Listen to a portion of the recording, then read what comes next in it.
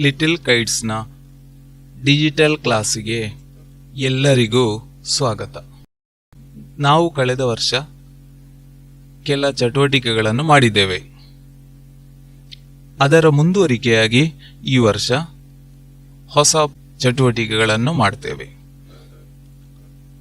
ICT ಇದನ್ನು ಸರಿಯಾಗಿ ಸಮರ್ಥವಾಗಿ ಉಪಯೋಗಿಸಿ ಒಂದು ಹೊಸ ತಲೆಮಾರನ್ನು ಸೃಷ್ಟಿ ಮಾಡುವುದು ಲಿಟಲ್ ಕೈಟ್ಸ್ನ ಉದ್ದೇಶ.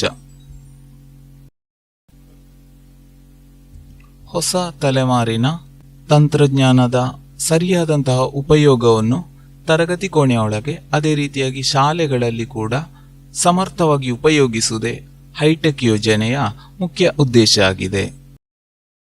ಇದರ ಭಾಗವಾಗಿ ಬೇರೆ ಬೇರೆ ಕಾರ್ಯಕ್ರಮಗಳನ್ನು, ಚಟುವಟಿಕೆಗಳನ್ನು, ಸ್ಪರ್ಧೆಗಳನ್ನು ಒಳಗೊಳ್ಳುವ ಹಾಗೆ ಶಾಲಾ ಲಿಟಲ್ ಕೈಟ್ಸ್ ಅನ್ನು ಅಭಿವೃದ್ಧಿಪಡಿಸಲಾಗಿದೆ.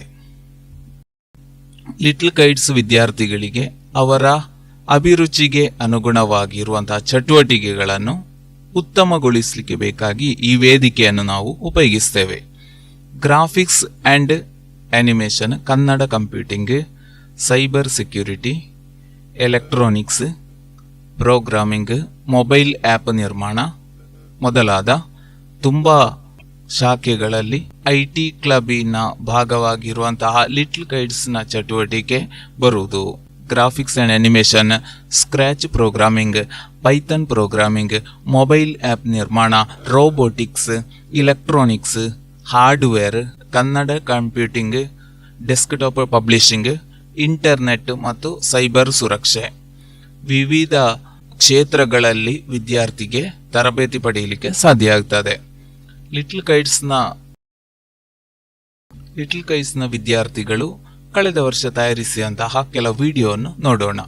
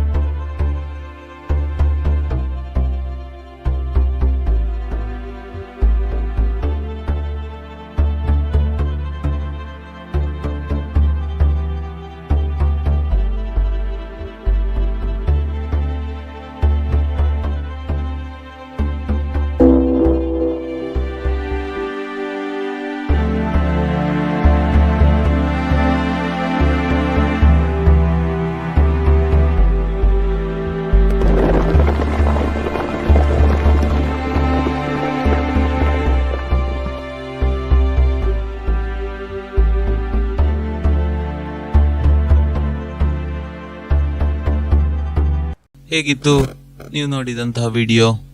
ಇಂತಹ ಅನಿಮೇಷನ್ಗಳನ್ನು ತಯಾರಿಸಲು ನಿಮಗೆ ತರಬೇತಿಯನ್ನು ಕೊಡಲಾಗ್ತದೆ. ನೀವು ಇದನ್ನು ಸರಿಯಾದ ರೀತಿಯಲ್ಲಿ ಉಪಯೋಗಿಸ್ತೀರಲ್ಲ? ಚಿತ್ರವ ಮಾಡಲು ಇಷ್ಟ ಇಲ್ಲದವರು ಯಾರೂ ಇಲ್ಲಲ್ಲ. ನಿಮಗೆ ಚಿತ್ರ ಮಾಡಲು, ಅನಿಮೇಷನ್ ಮಾಡಲು ಬೇಕಾದಂತಹ ತಾಂತ್ರಿಕತೆ ಈಗ ಲಭ್ಯ ಇದೆ.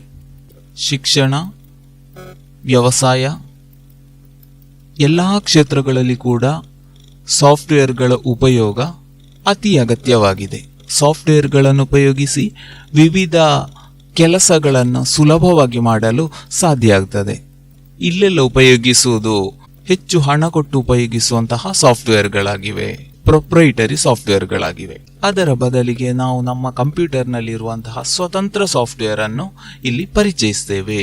2D ಅನಿಮೇಷನ್ ಸಾಫ್ಟ್ವೇರ್ ಆದಂತಹ 2P ಟ್ಯೂಬ್ ಡೆಸ್ಕ್, ಅದೇ ರೀತಿಯಲ್ಲಿ ಸಿನ್ಫಿಗ್ ಸ್ಟುಡಿಯೋ, 3D ಅನಿಮೇಷನ್ ಸಾಫ್ಟ್ವೇರ್ ಆದಂತಹ ಬ್ಲೆಂಡರ್ ಅನ್ನು ಈ ಸಂದರ್ಭದಲ್ಲಿ ನಾವು ಪರಿಚಯಿಸಿಕೊಳ್ಳುತ್ತೇವೆ. ನಮಗೊಂದು ವಿಡಿಯೋವನ್ನು ನೋಡುವ.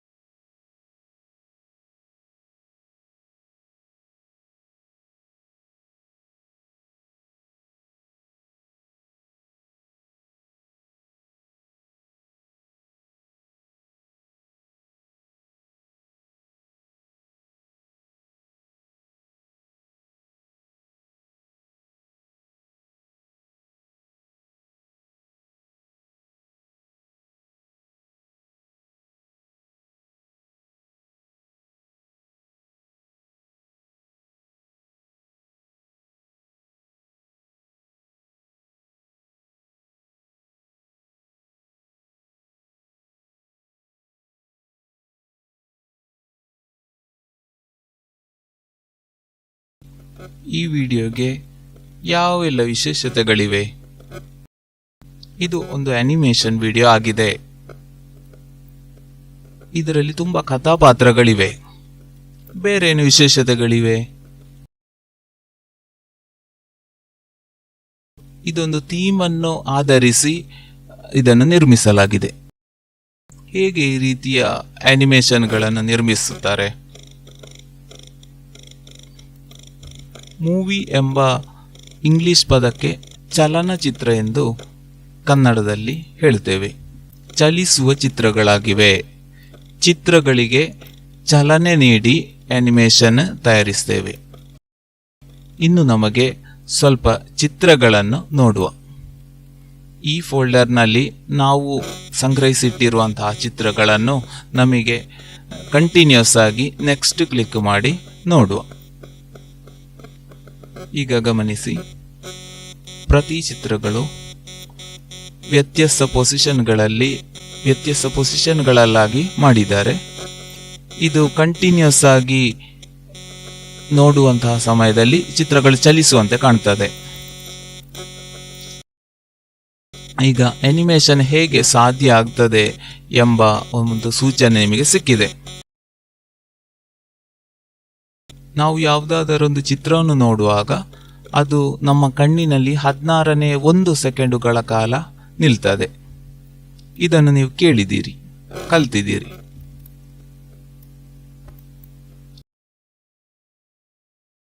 ಇದನ್ನು ನಾವು ಕಣ್ಣಿನ ದೃಷ್ಟಿಚಲ ಎಂದು ಹೇಳ್ತೇವೆ. ತುಂಬಾ ಚಿತ್ರಗಳು ಕಡಿಮೆ ಸಮಯದಲ್ಲಿ ಒಂದು ಫ್ರೇಮಿನ ಮೂಲಕ ಹಾದು ಹೋಗುವಂತಹ ಸಮಯದಲ್ಲಿ ಅದು ಚಲಿಸುತ್ತದೆ ಎಂದು ನಮಗೆ ಭಾಸ ಆಗ್ತದೆ.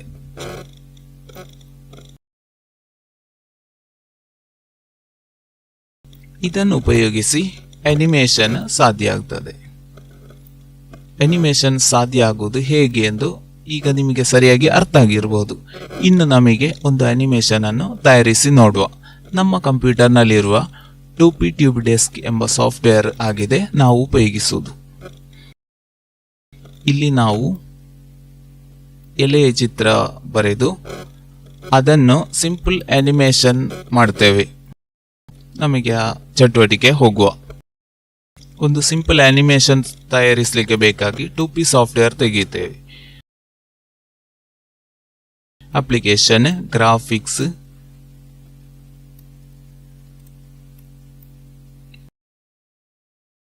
.2P ಟ್ಯೂಬ್ ಡೆಸ್ಕ್ ಎಂಬ ಕ್ರಮದಲ್ಲಿ ನಾವು ಸಾಫ್ಟ್ವೇರ್ ತೆರೆಯುತ್ತೇವೆ. ಫೈಲ್ ಮೆನುವಿನಲ್ಲಿ ನ್ಯೂ ಪ್ರಾಜೆಕ್ಟ್ ಕ್ಲಿಕ್ ಮಾಡಿ. ಈಗ ತೆರೆದು ಬಂದ ವಿಂಡೋದಲ್ಲಿ ಕ್ರಿಯೇಟ್ ನ್ಯೂ ಪ್ರಾಜೆಕ್ಟ್ ಎಂಬ ವಿಂಡೋದಲ್ಲಿ ಪ್ರಾಜೆಕ್ಟ್ ನೇಮ್ ಆಗಿ ನಮಗೆ ಅನಿಮೇಷನ್ 1 ಎಂದು ಕೊಡಬಹುದು. ಈ ವಿಂಡೋದಲ್ಲಿ ನಮಗೆ ಪ್ರಾಜೆಕ್ಟ್ ನೇಮ್ ಕೊಡಬೇಕು. ಡೈಮೆನ್ಷನ್, ಅದರ ಎತ್ತರ ಮತ್ತು ಅಗಲ ಅದನ್ನು ಕೊಡಬೇಕು.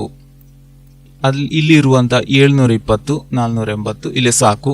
ಮಾತ್ರ ಅಲ್ಲ, FPS ಎಂಬ ಒಂದು ಭಾಗ ನೋಡಬಹುದು. ಫ್ರೇಮ್ ಪರ್ ಸೆಕೆಂಡ್ ಆಗಿದೆ. ಇದು ಸ್ವಾಭಾವಿಕ ಚಲನೆಗೆ 1 ಸೆಕೆಂಡಿಗೆ 25 ಫ್ರೇಮ್ಗಳು ಚಲಿಸಬೇಕು. ನಮಗೆ ಅನಿಮೇಷನ್ ಅಲ್ಲಿ ಇದಕ್ಕೆ ಬದಲಾವಣೆ ಆಗಬಹುದು. ನಮಗೆ 25 ಫ್ರೇಮ್ಗಳೊಂದು ಚಲನಚಿತ್ರವನ್ನು ಮಾಡಬೇಕಿದ್ರೆ 10 ಸೆಕೆಂಡಿನ ಸಮಯದಲ್ಲಿ ನಮಗೆ 250 ಫ್ರೇಮ್ಗಳಿರುವಂತಹ ಒಂದು ಅನಿಮೇಷನ್ ಅನ್ನು ತಯಾರಿಸಬೇಕಾಗ್ತದೆ. ಅಂದರೆ 10 ಸೆಕೆಂಡ್ನಲ್ಲಿ 250 ಫ್ರೇಮ್ಸ್ ಬೇಕಾಗ್ತದೆ. ಇಲ್ಲಿ ನಾವು ಫ್ರೇಮ್ ಪರ್ ಸೆಕೆಂಡ್ ಅನ್ನು 10 ಎಂದು ಕೊಡಬೇಕು. ನಂತರ ಓಕೆ ಕ್ಲಿಕ್ ಮಾಡಬೇಕು. 2P ಸಾಫ್ಟ್ವೇರ್ನ ಪ್ರಧಾನ ವಿಂಡೋ ಇಲ್ಲಿ ತೆರೆದು ಬಂದಿದೆ. ಇದರಲ್ಲಿರುವಂತಹ ಟೂಲ್ಗಳನ್ನು ನಮಗೆ ಪರಿಚಯಿಸಿಕೊಳ್ಳುವ. ಒಂದನೆಯದಾಗಿ ಕಾಣುವುದು ಈ ಟೂಲ್ ಆಗಿದೆ, ಪೆನ್ಸಿಲ್ ಟೂಲ್. ಚಿತ್ರ ಮಾಡಲು ಈ ಟೂಲನ್ನು ಉಪಯೋಗಿಸ್ತೇವೆ. ನಮಗೆ ಈ ಟೂಲ್ ಉಪಯೋಗಿಸಿ ಫ್ರೇಮ್ನಲ್ಲಿ ಒಂದು ಸಣ್ಣ ಚಿತ್ರವನ್ನು ಮಾಡಿ ನೋಡುವ.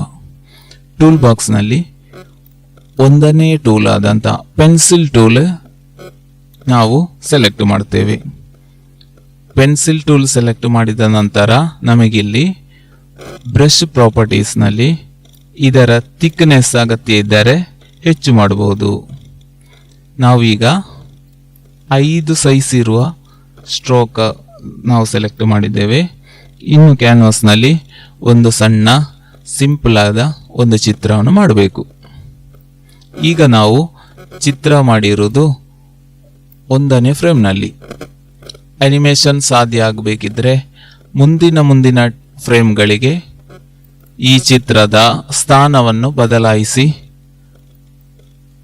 ಮತ್ತೊಮ್ಮೆ ಚಿತ್ರವನ್ನು ಮಾಡಬೇಕಾಗ್ತದೆ. ನಮಗಿಲ್ಲಿ ಒಂದು ಫ್ರೇಮ್ನಲ್ಲಿ ಮಾಡಿದ ಚಿತ್ರವನ್ನು ಕಾಪಿ ಪೇಸ್ಟ್ ಮಾಡಿ ಇತರ ಫ್ರೇಮ್ಗಳಿಗೆ ಚಲಿಸಬಹುದು.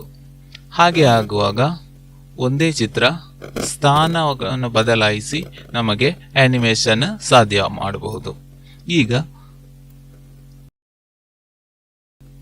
1ನೇ ಫ್ರೇಮ್ನಲ್ಲಿ ಬರೆದ ಈ ಚಿತ್ರವನ್ನು ನಾನು ಇತರ ಫ್ರೇಮ್ಗಳಿಗೆ ಕಾಪಿ ಮಾಡ್ತೇನೆ. ಅದಕ್ಕಾಗಿ ಫ್ರೇಮ್ನಲ್ಲಿ ರೈಟ್ ಕ್ಲಿಕ್ ಮಾಡಿದ ನಂತರ ಕಾಪಿ ಫ್ರೇಮ್ ಎಂದು ಕ್ಲಿಕ್ ಮಾಡಿ 2ನೇ ಫ್ರೇಮಿಗೆ ರೈಟ್ ಕ್ಲಿಕ್ ಮಾಡಿ ಪೇಸ್ಟ್ ಫ್ರೇಮ್ ಎಂದು ಕ್ಲಿಕ್ ಮಾಡಬೇಕು. ಈಗ 1ನೇ ಫ್ರೇಮ್ನಲ್ಲಿ ಚಿತ್ರ, 2ನೇ ಫ್ರೇಮ್ನಲ್ಲಿ ನಾವು ಪೇಸ್ಟ್ ಮಾಡಿದ್ದೇವೆ. ಇದೇ ರೀತಿಯಲ್ಲಿ ಎಲ್ಲ ಫ್ರೇಮ್ಗಳಿಗೂ ಎಷ್ಟು ಫ್ರೇಮ್ ಬೇಕು ಅಷ್ಟು ಫ್ರೇಮ್ಗಳಿಗೆ ಈ ಚಿತ್ರವನ್ನು ನಾವು ಪೇಸ್ಟ್ ಮಾಡಬೇಕು. ನಾವು 1 ಸೆಕೆಂಡ್ನಲ್ಲಿ 10 ಫ್ರೇಮ್ಗಳನ್ನು ಸೆಟ್ ಮಾಡಿದ್ದೇವೆ. ಆಗ 3 ಸೆಕೆಂಡ್ ಸಮಯದವರೆಗಿರುವಂಥ ಅನಿಮೇಷನ್ ತಯಾರಿಸಲು 30 ಫ್ರೇಮ್ಗಳು ಇದೇ ರೀತಿಯಾಗಿ ಪೇಸ್ಟ್ ಮಾಡಬೇಕಾಗಿರುತ್ತದೆ. ಪೇಸ್ಟ್ ಮಾಡಲು ಸೌಕರ್ಯಕ್ಕಾಗಿ ಎಕ್ಸ್ಪೋಷರ್ ಶೀಟ್ನಲ್ಲಿ ನಮಗೆ ಎಕ್ಸ್ಟೆಂಡ್ ಫ್ರೇಮ್ ಎಂಬ ಆಪ್ಷನ್ ನೋಡಬಹುದು. ಇದನ್ನು ಉಪಯೋಗಿಸಿ ನಮಗೆ ಸುಲಭದಲ್ಲಿ ಮಾಡಲಿಕ್ಕೆ ಸಾಧ್ಯ ಆಗ್ತದೆ. ನಾನೀಗ ಎಕ್ಸ್ಟೆಂಡ್ ಆಪ್ಷನ್ ಕ್ಲಿಕ್ ಮಾಡಿ ತುಂಬ ಅಧಿಕ ಫ್ರೇಮ್ಗಳನ್ನು ತಯಾರಿಸ್ತೇನೆ. ನಾನು ಆಗ ಹೇಳಿದ ಹಾಗೆ 30 ಫ್ರೇಮ್ಗಳಿಗೆ ನಾವು ಪೇಸ್ಟ್ ಮಾಡಿದ್ದೇವೆ. ಈಗ ನಾವು ಒಂದು ಎಲೆಯ ಚಿತ್ರ ಕ್ಯಾನ್ವಾಸ್ನಲ್ಲಿ ಬರೆದು ಅದರ ಕಾಪಿ 30 ಫ್ರೇಮ್ಗಳಿಗೆ ಪೇಸ್ಟ್ ಮಾಡಿದ್ದೇವೆ. ಇನ್ನು ಈ ಎಲೆ ಕೆಳಗೆ ಬೀಳುವ ಆನಿಮೇಷನ್ ಆಗಿದೆ ನಾವು ತಯಾರಿಸುವುದು. ಆಗ ಪ್ರತಿ ಫ್ರೇಮ್ನಲ್ಲಿ ಎಲೆಯ ಸ್ಥಾನವನ್ನು ಬದಲಾಯಿಸಿ ಕೊಡಬೇಕು. 1ನೇ ಫ್ರೇಮ್ನಲ್ಲಿ ಕ್ಯಾನ್ವಾಸ್ನ ಮೇಲ್ಭಾಗದಲ್ಲಿರುವಂತಹ ಎಲೆಯ ಚಿತ್ರ 30ನೇ ಫ್ರೇಮ್ ತಲುಪುವಾಗ ಕೆಳಭಾಗಕ್ಕೆ ತಲುಪುವ ರೀತಿಯಲ್ಲಿ ನಾವು ಕ್ರಮೀಕರಿಸಬೇಕು. ಈಗ ಪ್ರತಿ ಫ್ರೇಮ್ಗಳಲ್ಲಿ ಇದರ ಫ್ರೇಮ್ನ ಸ್ಥಾನವನ್ನು ಬದಲಾಯಿಸುವಂತಹ ಗಮನಿಸಿ. 1ನೇ ಫ್ರೇಮ್ನಲ್ಲಿ ನಾವು ಚಿತ್ರ ಸ್ಥಾನವನ್ನು ಬದಲಾಯಿಸುವುದಿಲ್ಲ. 2ನೇ ಫ್ರೇಮ್ನಲ್ಲಿ ಕ್ಲಿಕ್ ಮಾಡಿದ ನಂತರ ನಮ್ಮ ಚಿತ್ರವನ್ನು ಸೆಲೆಕ್ಟ್ ಮಾಡುವುದು. ಮೌಸ್ ಉಪಯೋಗಿಸಿಯೋ ಕೀಬೋರ್ಡಿನ ಏರೋ ಕೀ ಉಪಯೋಗಿಸಿಯೋ ಚಿತ್ರವನ್ನು 2 ಸ್ಟೆಪ್ ಕೆಳಗೆ ಚಲಿಸುವಂತೆ ಮಾಡಬೇಕು. ಇದೇ ರೀತಿಯಲ್ಲಿ 3ನೇ ಫ್ರೇಮಿನಲ್ಲಿ ಕ್ಲಿಕ್ ಮಾಡಿ ಚಿತ್ರ ಸೆಲೆಕ್ಟ್ ಮಾಡಿ ಆಗ ಚಲಿಸಿದಿಂದ ನಂತರ 2 ಸ್ಟೆಪ್ ಕೆಳಗೆ ಚಲಿಸಬೇಕು. ಅಂದರೆ 4 ಸ್ಟೆಪ್ ಮತ್ತು ಹೆಚ್ಚು ಚಲಿಸಬೇಕು. ಇದೇ ರೀತಿಯಾಗಿ ಪ್ರತಿ ಫ್ರೇಮ್ಗಳಲ್ಲಿ ಕೂಡ 2 ಸ್ಟೆಪ್ನಂತೆ ಸ್ಥಾನವನ್ನು ಬದಲಾಯಿಸಬೇಕು. 30ನೇ ಫ್ರೇಮಿಗೆ ತಲುಪುವಾಗ ಚಿತ್ರ ಕೆಳಗೆ ಬೀಳುವ ರೀತಿಯಲ್ಲಿ ಸೆಟ್ ಮಾಡಬೇಕು. 2 ಸ್ಟೆಪ್ ರೀತಿಯಲ್ಲಿ ಕೆಳಗೆ ಚಲಿಸಲು ಕೀಬೋರ್ಡ್ನಲ್ಲಿ ಏರೋ ಕೀ ನಾನು ಉಪಯೋಗಿಸ್ತೇನೆ. ಏರೋ ಕೀ 2 ಸಲ ಪ್ರೆಸ್ ಮಾಡಬೇಕು. ಈಗ 30 ಫ್ರೇಮ್ಗಳಲ್ಲಿ ಕೂಡ ಚಿತ್ರದ ಸ್ಥಾನವನ್ನು ನಾವು ಬದಲಾಯಿಸಿದ್ದೇವೆ. 1ನೇ ಫ್ರೇಮ್ನಲ್ಲಿ ಮೇಲೆ ನಿಲ್ಲುವಂತಹ ಎಲೆ 30ನೇ ಫ್ರೇಮ್ಗೆ ಬರುವಾಗ ಕೆಳಭಾಗಕ್ಕೆ ತಲುಪ್ತದೆ. ಇನ್ನು ನಮಗೆ ಇನ್ನೊಂದು ಪ್ಲೇ ಮಾಡಿ ನೋಡುವ. 2P ಟ್ಯೂಬ್ ಡೆಸ್ಕ್ನಲ್ಲಿ ಆನಿಮೇಷನ್ನ ಟ್ಯಾಬಿನ ಹತ್ತಿರ ಇರುವಂತಹ ಒಂದು ಪ್ಲೇಯರ್ ಟ್ಯಾಬಿನಲ್ಲಿ ಕ್ಲಿಕ್ ಮಾಡಿ. ಪೂರ್ತಿ ಮಾಡಿದಂಥ ಆನಿಮೇಷನ್ ಪ್ಲೇಯರ್ ಟ್ಯಾಬಿನಲ್ಲಿ ನಮಗೆ ಓಪನ್ ಮಾಡಿ ಪ್ಲೇ ಮಾಡಬಹುದು. ಇಲ್ಲಿ ಪ್ಲೇ ಕ್ಲಿಕ್ ಮಾಡಿ. ಈಗ ನಾವು 30 ಫ್ರೇಮ್ಗಳಲ್ಲಾಗಿ ತಯಾರಿಸಿದ ಅನಿಮೇಷನ್ ಇಲ್ಲಿ ಪ್ಲೇ ಆಗೋದು ಕಾಣ್ತದೆ. ಅನಿಮೇಷನ್ ತೃಪ್ತಿಕರವಾಗಿದ್ದರೆ ಫೈಲ್ ಮೆನುವಿನಲ್ಲಿ ಸೇವ್ ಪ್ರಾಜೆಕ್ಟ್ ಕ್ಲಿಕ್ ಮಾಡಿ. ಎಲ್ಲಿ ನಾವು ಸೇವ್ ಮಾಡಬೇಕು ಆ ಫೋಲ್ಡರ್ ಓಪನ್ ಮಾಡಿ ಸೇವ್ ಕ್ಲಿಕ್ ಮಾಡಿ. ಈಗ ನಮಗೆ 1ನೇ ಅನಿಮೇಷನ್ ಪೂರ್ತಿಯಾಯಿತು. ಈಗ ನಮಗೆ 2P ಸಾಫ್ಟ್ವೇರ್ನಲ್ಲಿ ಒಂದು ಸಣ್ಣ ಚಿತ್ರ ಮಾಡಿ ಅನಿಮೇಟ್ ಮಾಡಿದ್ದೇವೆ. 2P ಸಾಫ್ಟ್ವೇರ್ನಲ್ಲಿ ಚಿತ್ರ ಮಾಡುವುದು ಬಹಳ ತಾಳ್ಮೆಯಿಂದ ಮಾಡಬೇಕಾದಂತಹ ಕೆಲಸ ಆಗಿದೆ. ಒಮ್ಮೆ ನೀವು ಚಿತ್ರ ಮಾಡುವಂತಹ ಸಮಯದಲ್ಲಿ ಒಂದು ಆಬ್ಜೆಕ್ಟ್ ಆಗಿ ಅದು ನಿಲ್ತದೆ. ಒಂದಕ್ಕಿಂತ ಹೆಚ್ಚು ಚಿತ್ರ ಮಾಡುವಾಗ ಅದನ್ನು ಸೆಲೆಕ್ಟ್ ಆಪ್ಷನ್ ಉಪಯೋಗಿಸಿ ಗ್ರೂಪ್ ಮಾಡಬೇಕಾಗಿ ಬರ್ತದೆ. ಇನ್ನೊಂದು ರೀತಿಯಲ್ಲಿ ಇರುವಂಥ ಅನಿಮೇಷನ್ ನಾವು ಮಾಡ್ತೇವೆ. 2P ಸಾಫ್ಟ್ವೇರ್ನಲ್ಲಿ ಒಂದು ಚಿತ್ರ ಮೊದಲು ಮಾಡಿದಂತಹ ಒಂದು ಚಿತ್ರವನ್ನು ಇಂಪೋರ್ಟ್ ಮಾಡಿ ಅನಿಮೇಟ್ ಮಾಡೋದು ಹೇಗೆಂದು ನಾವು ಕಲಿತೇವೆ. ಇಲ್ಲಿ ಅನಿಮೇಷನ್ ತಯಾರಿಸಲು ನಾನು ಚಿತ್ರಗಳನ್ನು ಸಂಗ್ರಹಿಸಿ ಇಟ್ಟದ್ದು ಡೆಸ್ಕ್ಟಾಪ್ನಲ್ಲಿರುವ ರಿಸೋರ್ಸ್ ಫಾರ್ ಅನಿಮೇಷನ್ ಎಂಬ ಫೋಲ್ಡರ್ನಲ್ಲಿ. ಈ ಚಿತ್ರವನ್ನು PNG ಫಾರ್ಮ್ಯಾಟ್ನಲ್ಲಿದೆ. ಒಂದು ಅನಿಮೇಷನ್ ತಯಾರಿಸಲು ಸರಿಯಾದಂತಹ ಮುಂಜಾಗ್ರತೆ ಅಗತ್ಯವಾಗಿದೆ. ಅಗತ್ಯವಾದ ಚಿತ್ರಗಳನ್ನು ಸಂಗ್ರಹಿಸಬೇಕು. ಅಗತ್ಯವಾದ ಬ್ಯಾಕ್ಗ್ರೌಂಡ್ ಚಿತ್ರಗಳನ್ನು ತಯಾರಿಸಿಡಬೇಕು. ಅದು ಮಾತ್ರ ಅಲ್ಲ, ಪ್ರಧಾನವಾದ ಒಂದು ಸ್ಟೋರಿ ಬೋರ್ಡ್ ತಯಾರಿಸಬೇಕು. ನಮ್ಮ ಅನಿಮೇಷನಲ್ಲಿ ಎಷ್ಟು ಸೀನ್ ಉಂಟು, ಯಾವುದೆಲ್ಲ ಸೀನ್ನಲ್ಲಿ ಯಾವುದೆಲ್ಲ ಕಥಾಪಾತ್ರಗಳು ಬರಬೇಕು, ಯಾವೆಲ್ಲ ಸಂಭಾಷಣೆಗಳನ್ನು ಸೇರಿಸಬೇಕು, ಯಾವ ಬ್ಯಾಕ್ಗ್ರೌಂಡ್ ಕೊಡಬೇಕು, ಇದೆಲ್ಲವನ್ನು ಕೂಡ ಸರಿಯಾಗಿ ಬರೆದು ತಯಾರಿಸುವುದಾಗಿದೆ ಸ್ಟೋರಿ ಬೋರ್ಡ್ ತಯಾರಿಸಿ ಅದಕ್ಕೆ ಅನುಸರಿಸಿ ನಾವು ಅನಿಮೇಷನ್ ಕೊಡಬೇಕಾಗ್ತದೆ. ಒಂದು ವಿಮಾನ ಹಾರುವಂತ ಒಂದು ಅನಿಮೇಷನ್ ಈಗ ನಾವು ತಯಾರಿಸ್ತೇವೆ. ಇದಕ್ಕೆ ಒಂದು ಸೀನ್ ಮಾತ್ರ ಇರೋದು. ಇದಕ್ಕಾಗಿ ನಾವು ಸ್ಟೋರಿ ಬೋರ್ಡ್ ತಯಾರಿಸಿದ್ದೇವೆ, ಅಗತ್ಯವಾದ ಬ್ಯಾಕ್ಗ್ರೌಂಡ್ ಇಮೇಜ್ ತಯಾರಿಸಿದ್ದೇವೆ, ವಿಮಾನದ ಚಿತ್ರ ತಯಾರಿಸಿದ್ದೇವೆ. ಇನ್ನು ಸಂಗ್ರಹಿಸಿದಂತಹ ಚಿತ್ರವನ್ನು ಹೇಗೆ 2P ಸಾಫ್ಟ್ವೇರಿಗೆ ಇಂಪೋರ್ಟ್ ಮಾಡುವುದು ಎಂದು ಕಲಿಬೇಕು. ಇದಕ್ಕಾಗಿ ನಾವು ಹೊಸ ಪ್ರಾಜೆಕ್ಟ್ ಓಪನ್ ಮಾಡ್ತೇವೆ. Application graphics 2P tube desk software open ಮಾಡ್ತೇವೆ. ಫೈಲ್ ಮೆನುವಿನಲ್ಲಿ ನ್ಯೂ ಪ್ರಾಜೆಕ್ಟ್ ಕ್ಲಿಕ್ ಮಾಡ್ತೇವೆ. ಪ್ರಾಜೆಕ್ಟ್ ನೇಮ್ ಅನಿಮೇಷನ್ 2 ಎಂದು ಕೊಡ್ತೇವೆ. ಡೈಮೆನ್ಷನ್ನಲ್ಲಿ ಬದಲಾವಣೆ ತರುವುದಿಲ್ಲ. Frame per second 10 ಕ್ರಮೀಕರಿಸ್ತೇವೆ. ನಂತರ ಓಕೆ ಕ್ಲಿಕ್ ಮಾಡ್ತೇವೆ. ಇನ್ನು ನಾವು ಮಾಡೋದು ಈ ಸಾಫ್ಟ್ವೇರ್ಗೆ ಚಿತ್ರ ಇಂಪೋರ್ಟ್ ಮಾಡಿ ಅನಿಮೇಟ್ ಮಾಡುವಂತಹ ರೀತಿ. ಇದಕ್ಕಾಗಿ ನಾವು ಚಿತ್ರಗಳನ್ನು ಮೊದಲು ಸಂಗ್ರಹಿಸಿದ್ದೇವೆ. ಇಂಪೋರ್ಟ್ ಮೆನ್ಯುವಿನಲ್ಲಿ ಬಿಟ್ ಮ್ಯಾಪ್ ಕ್ಲಿಕ್ ಮಾಡಿ ನಾವು ಶೇಖರಿಸಿದ ಚಿತ್ರಗಳನ್ನು ಸೆಲೆಕ್ಟ್ ಮಾಡಿ ಓಪನ್ ಮಾಡಿ ನಾವು ಇದನ್ನು ನಮ್ಮ ಕ್ಯಾನ್ವಾಸಿಗೆ ಇಂಪೋರ್ಟ್ ಮಾಡೋದು. 2P ಸಾಫ್ಟ್ವೇರ್ನಲ್ಲಿ ಚಿತ್ರಗಳನ್ನು ಇಂಪೋರ್ಟ್ ಮಾಡುವಾಗ 3 ಮೋಡ್ಗಳು ನಮಗೆ ಲಭ್ಯ ಆಗಿರ್ತದೆ. Frames mode, static background mode, dynamic background mode. ಇಲ್ಲಿ ಚಿತ್ರಗಳಿಗೆ ಸ್ಥಾನ ಬದಲಾವಣೆ ಬೇಕಿದ್ರೆ ಮಾತ್ರ ಫ್ರೇಮ್ಸ್ ಮೋಡ್ನಲ್ಲಿ ಅದನ್ನು ತೆರಿಬೇಕಾಗ್ತದೆ. ಸ್ಟ್ಯಾಟಿಕ್ ಬ್ಯಾಕ್ಗ್ರೌಂಡ್ ಮೋಡ್ನಲ್ಲಿ ಸ್ಥಾನ ಬದಲಾವಣೆ ಬೇಡದಂತಹ ಚಿತ್ರಗಳನ್ನು ಸ್ಟ್ಯಾಟಿಕ್ ಬ್ಯಾಕ್ಗ್ರೌಂಡ್ನಲ್ಲಿ ತೆರಿಬೇಕು. ಡೈನಾಮಿಕ್ ಬ್ಯಾಕ್ಗ್ರೌಂಡ್ ಮೋಡಿನಲ್ಲಿ ಹಿನ್ನೆಲೆ ಚಿತ್ರಗಳಿಗೆ ಚಲನೆ ಅಗತ್ಯ ಇದ್ರೆ ಮಾತ್ರ. ಮೊದಲಿಗೆ ಸ್ಟ್ಯಾಟಿಕ್ BG ಮೋಡ್ ಸೆಲೆಕ್ಟ್ ಮಾಡಿ ಇಂಪೋರ್ಟ್ ಬಿಟ್ ಮ್ಯಾಪ್ ಎಂಬ ರೀತಿಯಲ್ಲಿ background.png ಎಂಬ ಚಿತ್ರವನ್ನು ಸೆಲೆಕ್ಟ್ ಮಾಡಿ ಓಪನ್ ಮಾಡಿ. ಇನ್ನು ಫ್ರೇಮ್ಸ್ ಮೋಡ್ ಸೆಲೆಕ್ಟ್ ಮಾಡಿ ಇಂಪೋರ್ಟ್ ಬಿಟ್ ಮ್ಯಾಪ್ ಎಂಬ ಕ್ರಮದಲ್ಲಿ ಕ್ಲಿಕ್ ಮಾಡಿ ಏರೋಪ್ಲೇನ್.png ಎಂಬ ಚಿತ್ರ ಸೆಲೆಕ್ಟ್ ಮಾಡಿ ಓಪನ್ ಮಾಡಿ. ಸೆಲೆಕ್ಷನ್ ಟೂಲ್ ಉಪಯೋಗಿಸಿ ವಿಮಾನದ ಚಿತ್ರ ಅಗತ್ಯ ಇರುವ ಸ್ಥಳಕ್ಕೆ ಅಗತ್ಯ ಇರುವ ಗಾತ್ರಕ್ಕೆ ಕ್ರಮೀಕರಿಸಬೇಕು. ಈಗ ಇದು 1ನೇ ಫ್ರೇಮ್ನಲ್ಲಿ ಇದೆ. ನಮಗೆ ಆನಿಮೇಷನ್ ತಯಾರಿಸಲು ಈ ಚಿತ್ರವನ್ನು ಬಾಕಿ ಇರುವ ಫ್ರೇಮ್ಗಳಿಗೆ ಕಾಪಿ ಪೇಸ್ಟ್ ಮಾಡಬೇಕು. ನಾವು ಕಳೆದ ಆನಿಮೇಷನ್ನಲ್ಲಿ ಮಾಡಿದಂತೆ ಕಾಪಿ ಫ್ರೇಮ್, ಪೇಸ್ಟ್ ಫ್ರೇಮ್ ಎಂಬ ಆಪ್ಷನ್ ಉಪಯೋಗಿಸಿಯೋ ಎಕ್ಸ್ಟೆಂಡ್ ಫ್ರೇಮ್ ಎಂಬ ಆಪ್ಷನ್ ಉಪಯೋಗಿಸಿಯೋ ಇದನ್ನು ಬಾಕಿ ಫ್ರೇಮ್ಗಳಿಗೆ ಪೇಸ್ಟ್ ಮಾಡಬೇಕು. ಈಗ 1ನೇ ಫ್ರೇಮ್ನಲ್ಲಿ ವಿಮಾನದ ಚಿತ್ರ ಹಾಗೂ ಬ್ಯಾಕ್ಗ್ರೌಂಡ್ ಸೆಟ್ ಮಾಡಿದೆ.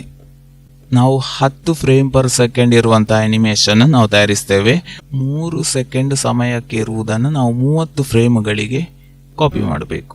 ಎಕ್ಸ್ಟೆಂಡ್ ಫ್ರೇಮ್ ಉಪಯೋಗಿಸಿ ಬಾಕಿ ಫ್ರೇಮ್ಗಳಿಗೆ ಚಿತ್ರವನ್ನು ಪೇಸ್ಟ್ ಮಾಡಬೇಕು. ಇನ್ನು ನಮಗೆ ಪ್ರತಿ ಫ್ರೇಮ್ನಲ್ಲಿ ವಿಮಾನದ ಚಿತ್ರದ ಸ್ಥಾನವನ್ನು ನಿರ್ಣಯಿಸಬೇಕು. 1ನೇ ಫ್ರೇಮ್ನಲ್ಲಿ ಬದಲಾವಣೆ ಇಲ್ಲ. 2ನೇ ಫ್ರೇಮ್ನಲ್ಲಿ ಚಿತ್ರವನ್ನು ಸೆಲೆಕ್ಟ್ ಮಾಡಿ ಕೀಬೋರ್ಡಿನಲ್ಲಿ ಆರೋ ಕೀ ಉಪಯೋಗಿಸಿಯೋ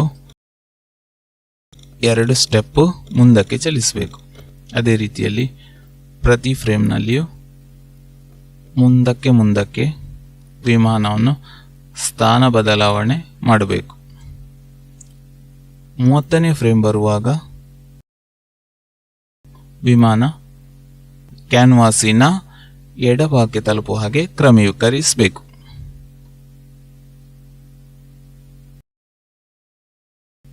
ಈಗ ನಮ್ಮ ಆನಿಮೇಷನ್ನ ಚಿತ್ರ ಕ್ರಮೀಕರಿಸುವ ಚಟುವಟಿಕೆ ಮುಗಿಯಿತು. ಇನ್ನು ಪ್ಲೇ ಮಾಡಿ ನೋಡುವ. ಪ್ಲೇ ಮಾಡಿ ನೋಡಿದ ನಂತರ ಆನಿಮೇಷನ್ ತೃಪ್ತಿಕರವಾಗಿದ್ದರೆ ಪ್ರಾಜೆಕ್ಟ್ ಸೇವ್ ಮಾಡಿ ವಿಡಿಯೋ ಫಾರ್ಮ್ಯಾಟಿಗೆ ಎಕ್ಸ್ಪೋರ್ಟ್ ಮಾಡಬಹುದು. 2P ಸಾಫ್ಟ್ವೇರ್ನಲ್ಲಿ ಇಂಪೋರ್ಟ್ ಮಾಡಿದ ಚಿತ್ರಗಳನ್ನು ಉಪಯೋಗಿಸಿ ಒಂದು ಆನಿಮೇಷನ್ ಅನ್ನು ತಯಾರಿಸಿದೆವು. ಇನ್ನು ಪ್ಲೇಯರ್ ಆಪ್ಷನ್ ಉಪಯೋಗಿಸಿ ಪ್ಲೇ ಮಾಡಿ ತೃಪ್ತಿಕರವಾಗಿದ್ದರೆ ನಾವು ಈ ಪ್ರಾಜೆಕ್ಟ್ ಅನ್ನು ಸೇವ್ ಮಾಡಬೇಕು. ಸೇವ್ ಮಾಡಿದ ಚಿತ್ರ ಒಂದು 2P ಪ್ರಾಜೆಕ್ಟ್ ಫೈಲ್ ಆಗಿ ನೋಡಬಹುದು. ಈಗ ನಾವು ಸೇವ್ ಮಾಡಿದಂತಹ ಈ ಫೈಲ್ 2P ಸಾಫ್ಟ್ವೇರ್ನಲ್ಲಿ ಮಾತ್ರ ತೆರೆಯಬಹುದಷ್ಟೇ. ಮತ್ತೆ ನೋಡಲು ನಮಗಿದನ್ನು ಕಾಮನ್ ವಿಡಿಯೋ ಫಾರ್ಮ್ಯಾಟಿಗೆ ಬದಲಾಯಿಸಬೇಕು, ಅಂದರೆ ಎಕ್ಸ್ಪೋರ್ಟ್ ಮಾಡಬೇಕು. ಫೈಲ್ ಮೆನುವಿನಲ್ಲಿ ಎಕ್ಸ್ಪೋರ್ಟ್ ಪ್ರಾಜೆಕ್ಟ್ ರೀತಿಯಲ್ಲಿ ಇದನ್ನು ಎಕ್ಸ್ಪೋರ್ಟ್ ಮಾಡ್ತೇವೆ. ಇನ್ನು ಈ ಚಟುವಟಿಕೆಯನ್ನು ಕಂಪ್ಯೂಟರ್ನಲ್ಲಿ ಮಾಡಿ ನೋಡುವ.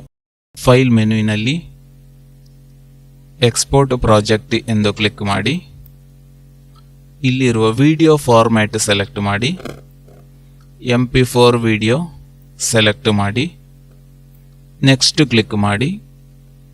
ಈಗ ಇಲ್ಲಿ ನಾವು ತಯಾರಿಸಿದ ಸೀನ್ 1 ಎಂಬ ಆನಿಮೇಷನ್ ನೋಡಬಹುದು. ನೆಕ್ಸ್ಟ್ ಕ್ಲಿಕ್ ಮಾಡಿ. ಯಾವ ಫೋಲ್ಡರ್ನಲ್ಲಿ ಇದನ್ನು ಸೇವ್ ಮಾಡಬೇಕು ಆ ಫೋಲ್ಡರ್ ಅನ್ನು ಆಯ್ಕೆ ಮಾಡಿ ಓಪನ್ ಮಾಡಿ ಎಕ್ಸ್ಪೋರ್ಟ್ ಕ್ಲಿಕ್ ಮಾಡಿ. ಈಗ ನಮಗೆ ಈ ಆನಿಮೇಷನ್ ಅನ್ನು ಒಂದು ಕಾಮನ್ ವಿಡಿಯೋ ಫಾರ್ಮ್ಯಾಟಿಗೆ ಎಕ್ಸ್ಪೋರ್ಟ್ ಮಾಡಿದ್ದೇವೆ. ಈಗ ನಾವು ಎಕ್ಸ್ಪೋರ್ಟ್ ಮಾಡಿದ ಈ ಫೈಲ್ ನಮ್ಮ ಆನಿಮೇಷನ್ 1 ಎಂಬ ಫೋಲ್ಡರ್ನ ಒಳಗಿದೆ. ಇದನ್ನು ನಮಗೆ ಡಬಲ್ ಕ್ಲಿಕ್ ಮಾಡಿ ಓಪನ್ ಮಾಡಿ ನೋಡಬಹುದು. ಈಗ 2P ಸಾಫ್ಟ್ವೇರ್ ಉಪಯೋಗಿಸಿ ಆನಿಮೇಷನ್ ತಯಾರಿಸುವುದು ಹೇಗೆ ನಾವು ಕಲ್ತಿದ್ದೇವೆ. ಇನ್ನೊಂದು ಅಸೈನ್ಮೆಂಟ್ ಅನ್ನು ಕೊಡ್ತಾ ಇದ್ದೇನೆ. ಇದೇ ರೀತಿಯಾಗಿರುವಂತಹ 2 ಆನಿಮೇಷನ್ ಅನ್ನು ನೀವು ತಯಾರು ಮಾಡಿ ಅದನ್ನು ವಿಡಿಯೋ ಫಾರ್ಮ್ಯಾಟಿಗೆ ಎಕ್ಸ್ಪೋರ್ಟ್ ಮಾಡಿ ನಿಮ್ಮ ಫೋಲ್ಡರ್ನಲ್ಲಿ ಸೇವ್ ಮಾಡಬೇಕು. ನಿಮಗೆ ಅಗತ್ಯವಾದ ರಿಸೋರ್ಸಸ್ ನಿಮ್ಮ ಕೈಟ್ ಮಾಸ್ಟರ್, ಕೈಟ್ ಮಿಸ್ಟ್ರೆಸ್ ಅವರಿಂದ ಪಡೆದುಕೊಳ್ಳಿ. ಇಲ್ಲಿಗೆ ಇವತ್ತಿನ ನಮ್ಮ ತರಗತಿ ಮುಕ್ತಾಯ ಆಗ್ತದೆ. ಉಳಿದ ಭಾಗವನ್ನು ಮುಂದಿನ ತರಗತಿಯಲ್ಲಿ ಚರ್ಚಿಸುವ.